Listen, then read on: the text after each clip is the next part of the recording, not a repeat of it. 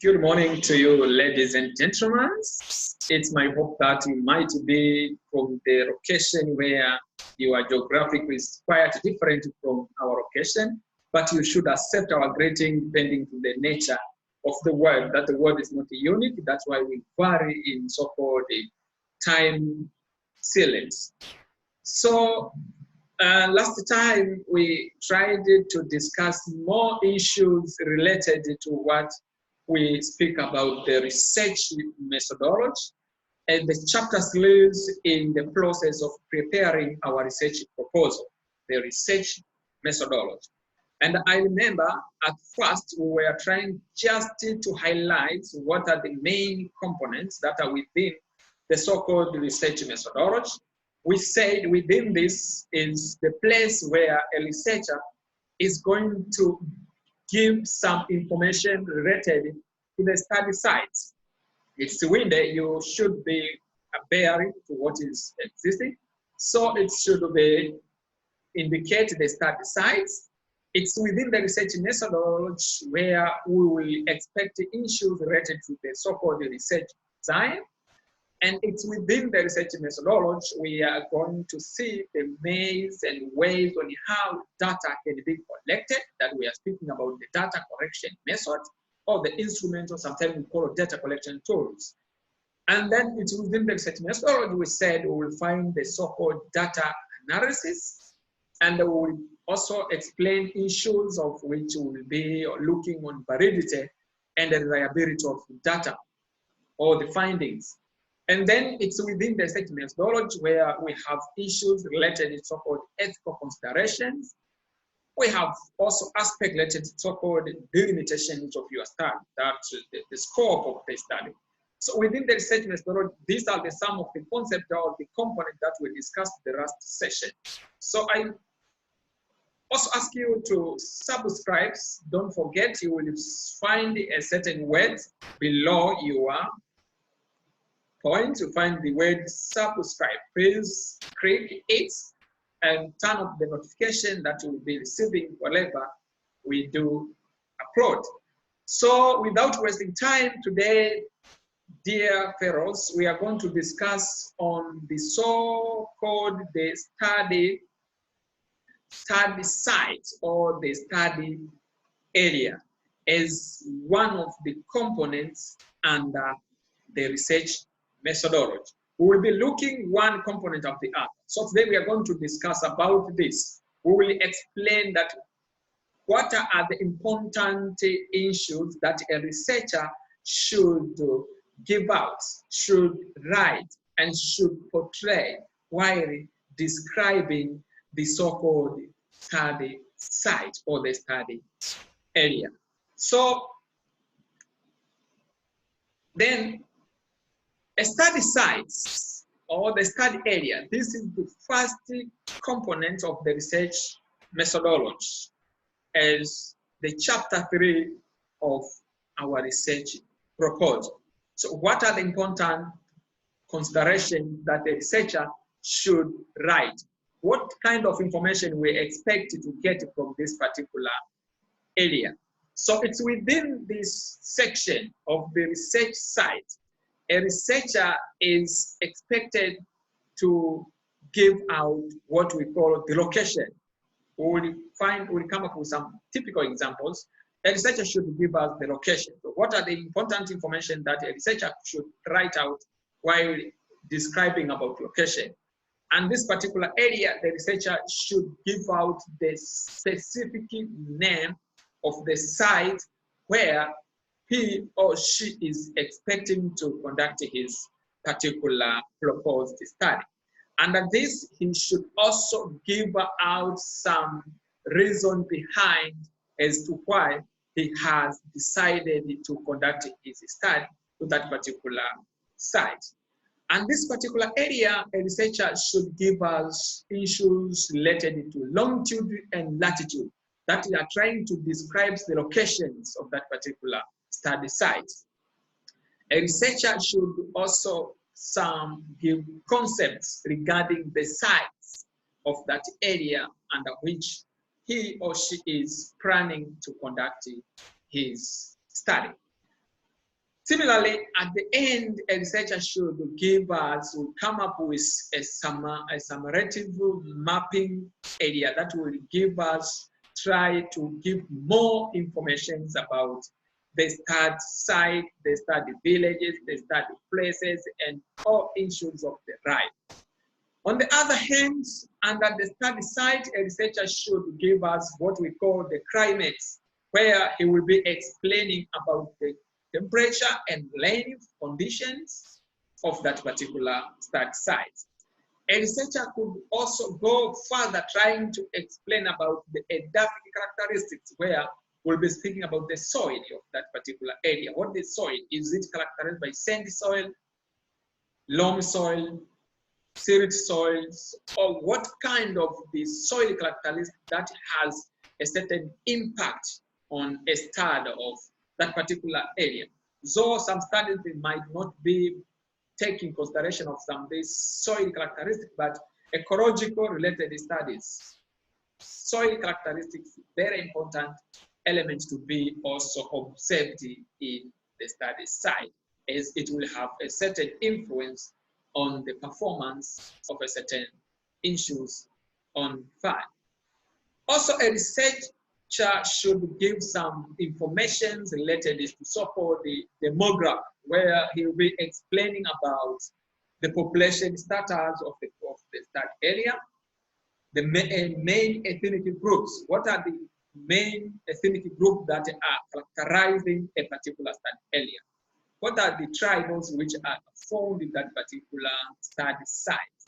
The researcher could also give us information related to the vegetation related parameters, as what could be the vegetation that are characterizing the study site.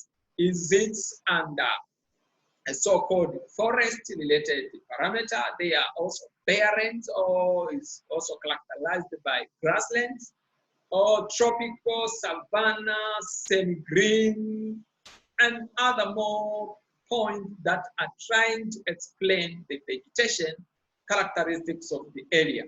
So a researcher has the more role to give some information as related to social and economic activities that are taking place into that particular suggested study site. As what are the social related activities? If it's agriculture, maybe people are engaging in agriculture.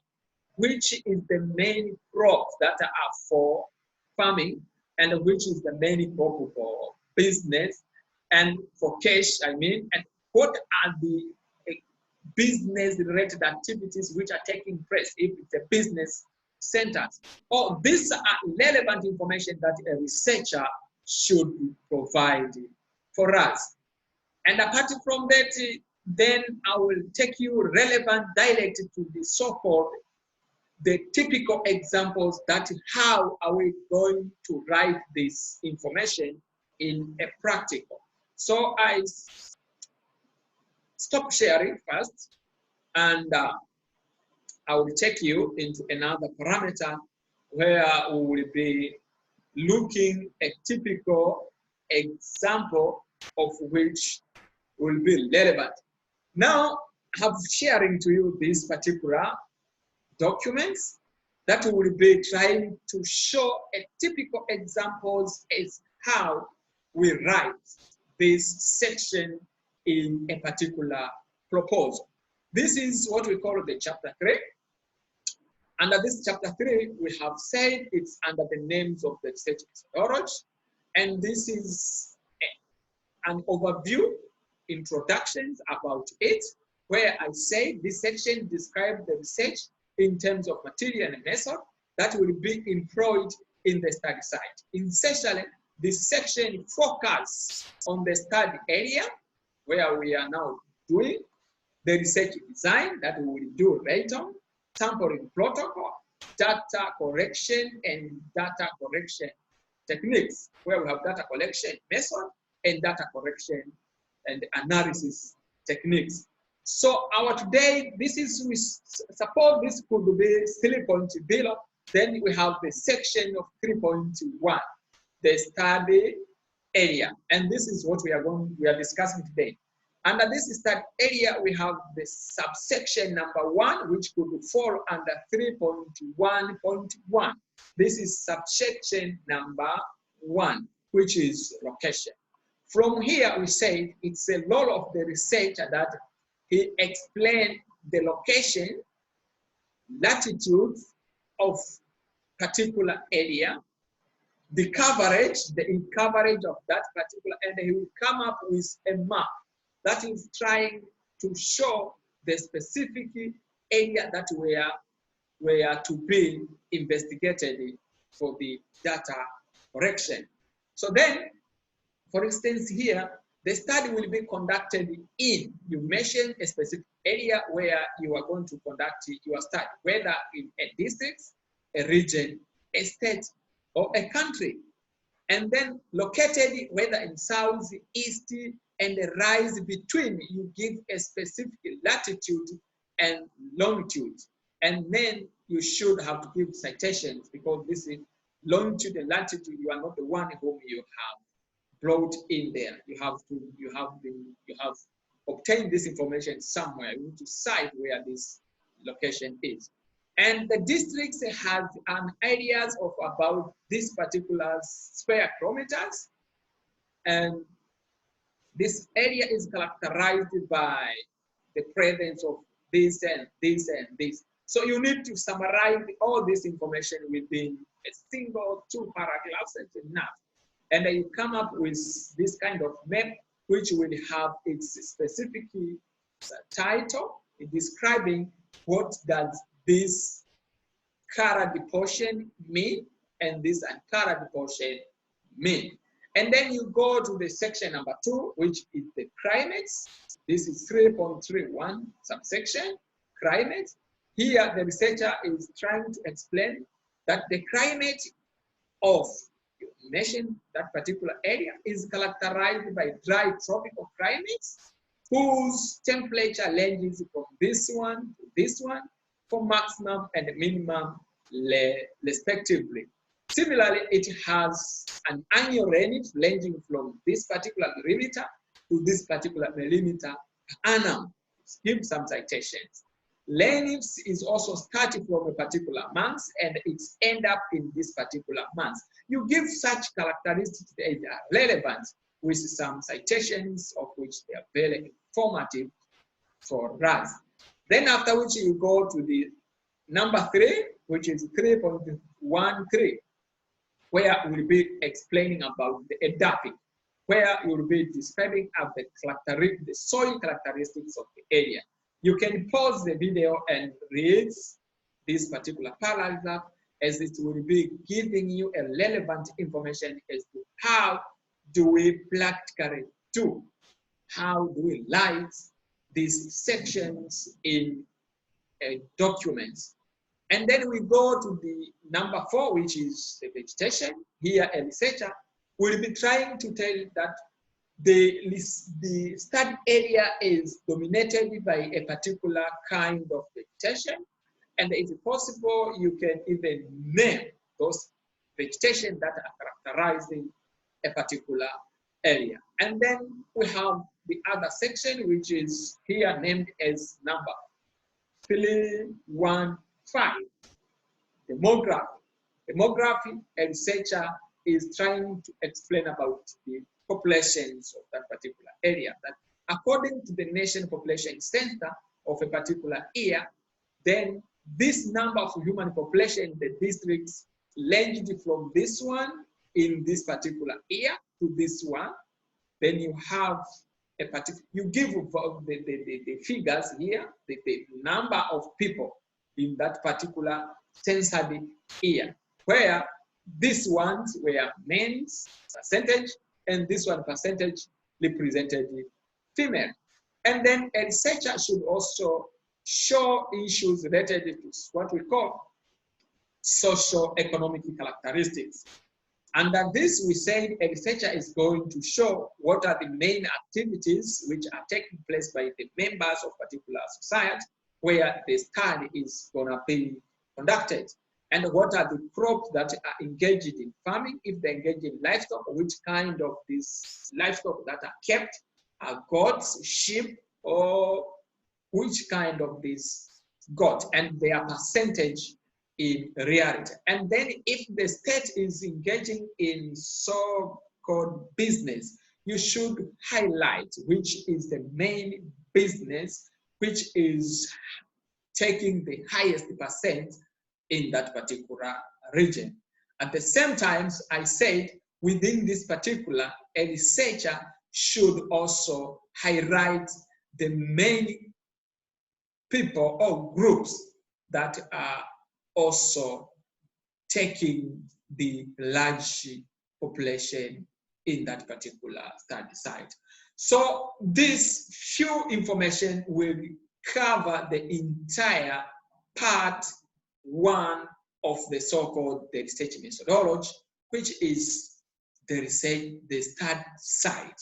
So when we speak of the study site, a researcher will expect to find this information, and there might be more than this information or less than this information, depending on the nature of the study.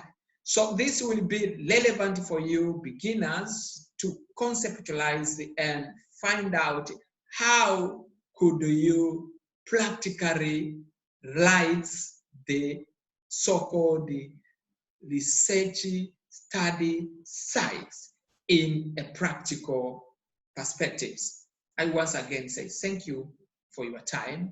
Don't forget to subscribe, share, and comment as much as you can. Here before you is Mr. Marunguja from Tezpur University in India, from the United Republic of Tanzania. Mostly I am available to southern regions called Mbeya, under Mbeya University of Science and Technology, which is one of the beautiful ever kind of university in that particular zone, responsible, and it's all simply dealing maximally with issues of engineering, technology, and we are also offering some social-based discipline like human resource, business-related disciplines. Education is also offered, but based on science-related subjects, physics, biology, mathematics, and chemistry. I would like to also say thank you for your time. Welcome once again for more information. Thank you for your time.